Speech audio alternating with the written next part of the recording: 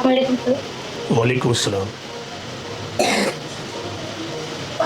سوال ہے، اگر ایک عورت شوہر کی اجازت کے بغیر کسی دوست یا دوسرے رشتے دار سے ملتی ہے نیت سے، تو کیا وہ عورت جہنمی ہے؟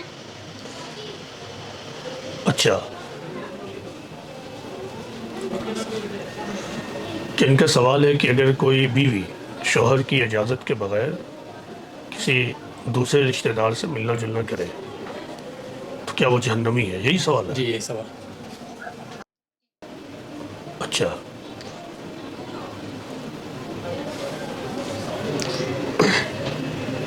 دیکھیے کسی کا جنتی ہونا اور کسی کا جہنمی ہونا یہ تو بہت آخری بات ہے، اور اس طرح کا ججمنٹل اسٹیٹمنٹ کسی کو نہیں دینا چاہیے کہ وہ جنتی ہے اور وہ جہنمی ہے۔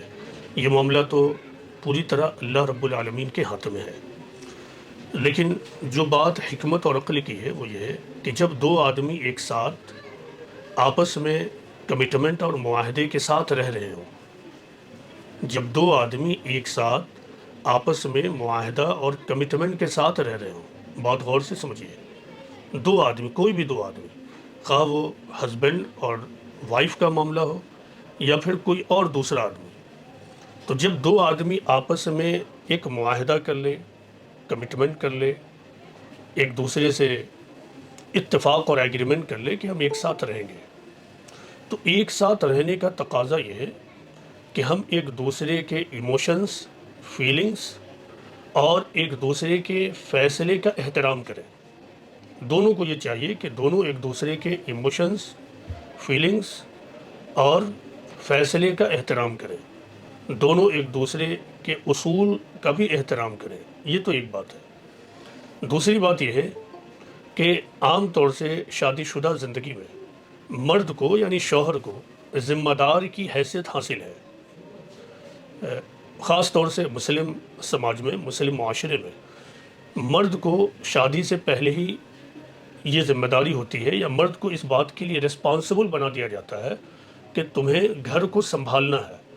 گھر کو سنبھالنے کے لیے ایک مرد کو جو اپنی مردانہ طاقت کو استعمال کرنا ہو، یعنی ایک مرد گھر کو سنبھالنے میں پہلا کام کیا کرے گا؟ گھر کی حفاظت کرے گا۔ دوسرا کام یہ کرے گا کہ گھر کو چلانے کے لیے وہ کمائے گا۔ تو ہمارے معاشرے میں عام طور سے مردوں کے اوپر یہ ذمہ داری ہوتی ہے کہ وہ یہ سب کام کرے، اور عورتوں پہ یہ ذمہ داری عام طور سے ہوتی ہے کہ وہ گھر کے اندر کے معاملات کو سنبھالے۔ تو جب مرد کی یہ ذمہ داری قرار پائی کہ اسے ہی کمانا دھمانا ہے اور گھر کی حفاظت کرنی ہے، تو پھر مرد کا کانسنٹ لیے بغیر عورت کو ادھر ادھر کرنا یہ پریکٹیکل طریقہ نہیں ہے۔ لہٰذا عورت کو اور وائف کو چاہیے کہ مرد کا کانسنٹ کا مطلب ہوتا ہے رضامندی، لے کر وہ کوئی دوسرا یا نیا فیصلہ، نیا اسٹیپ لے۔ جیسے کہیں جانا ہے تو مرد اس سے باخبر رہے، کہیں نہیں جانا ہے تو مرد اس سے باخبر رہے، کیونکہ ہم نے مرد کے اوپر، ہمارے سماج میں مرد کے اوپر یہ ذمہ داری ڈال دی گئی ہے کہ وہی گھر کی حفاظت کرے گا اور وہی گھر کو چلائے گا معاشی اعتبار سے بھی۔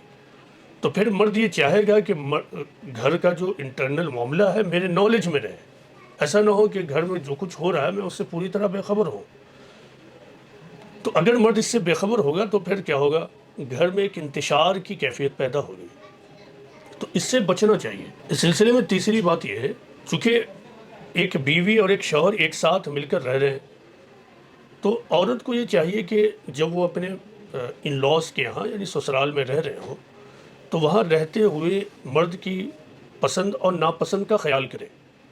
وہ اس بات کو دیکھ لے کہ ہم جس فیملی میں آئے ہیں، اس فیملی میں کس سے ملنا درست سمجھا جاتا ہے اور کس سے نہ ملنا درست سمجھا جاتا ہے، اور ان چیزوں کا وہ خیال کرے، تو یہ پریکٹیکلی زیادہ بہتر ہوتا ہے فیملی کو چلانے کے لیے۔ دیکھیے دنیا میں بے شمار چیزیں ایسی ہیں جو رائٹ اور رانگ کے چشمے سے نہیں دیکھا جاتا ہے، وہ رانگ نہیں ہے لیکن پریکٹیکلی وہ بہت بہتر نہیں ہے، عملی اعتبار سے وہ بہتر نہیں ہے، عملی اعتبار سے وہ پرابلم پیدا کرنے کی وجہ بن سکتی ہے۔ یہ ہمیشہ یاد رکھیے یہ اصول کہ دنیا میں بے شمار چیزیں ایسی ہیں جو رائٹ اور رانگ حلال اور حرام کے خانے میں نہیں ہے، بلکہ وہ پریکٹیکل اور امپریکٹیکل، وژڈم والا طریقہ یا پھر فول والا طریقے کے خانے میں ہے۔ تو اس کا بھی خیال رکھنا ضروری ہے۔ جنت اور جہنم، حرام اور حلال، یہ تو بہت آگے کی چیز ہے۔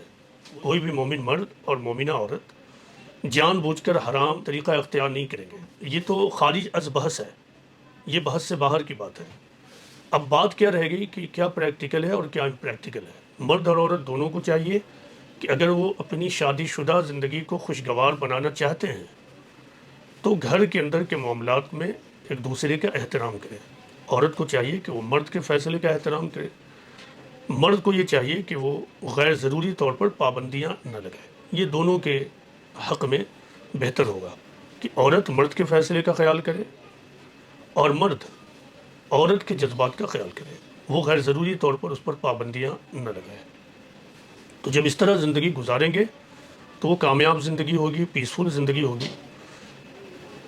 ایسی شادی شدہ زندگی ایک کامیاب شادی شدہ زندگی ہوگی، ورنہ کیا ہوگا، ہر موقع پر ٹسل ہوگا، ٹکراؤ ہوگا، انتشار ہوگا، پھر اس کا اثر بچوں پہ پڑے گا، بچوں کی پرسنالٹی پر پڑے گا۔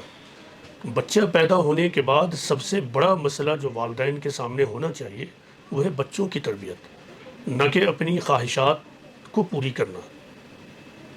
بچہ پیدا کرنا کوئی معمولی کام نہیں ہے، یہ بہت بڑا کام ہے اور بہت بڑی ذمہ داری کا کام ہے، رسپانسبلٹی کا کام ہے، کیونکہ یہی بچہ کل سماج میں لیڈنگ رول پلے کرے گا۔ آج وہ ماں کی گود میں ہے لیکن کل وہ سماج میں لیڈنگ رول پلے کرے گا۔ تو بچہ اگر ٹھیک ڈھنگ سے تربیت پایا ہوا ہے تو وہ سماج میں بہتر رول پلے کرے گا، اور اگر صحیح تربیت گھر کے اندر بچوں کی نہیں ہوئی ہے تو وہ سماج کے لیے برڈن بن جائے گا، وہ خود اپنے گھر کے لیے بھی برڈن بن جائے گا۔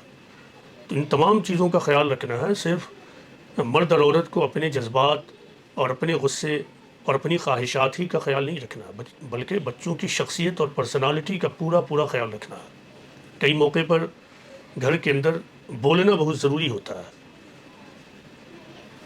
شدید ناراضگی کا موقع ہوتا ہے، لیکن آدمی صرف اس لیے چپ رہ جاتا ہے کہ اس ناراضگی کے اظہار کے وقت بچے بھی اس کو سنیں گے۔ کئی موقع ہوتا ہے جبکہ ضرورت ہوتی ہے یا ایسا لگتا ہے کہ بہت زور سے ڈانٹا جائے، بہت زور سے بولا جائے، لیکن اس وقت جو سمجھدار باپ یا ماں ہوتے ہیں تو یہ سمجھدار لوگ اپنے آپ کو تھامتے ہیں اور کنٹرول کرتے ہیں تاکہ بچوں پر اس کا غلط اثر نہ پڑے۔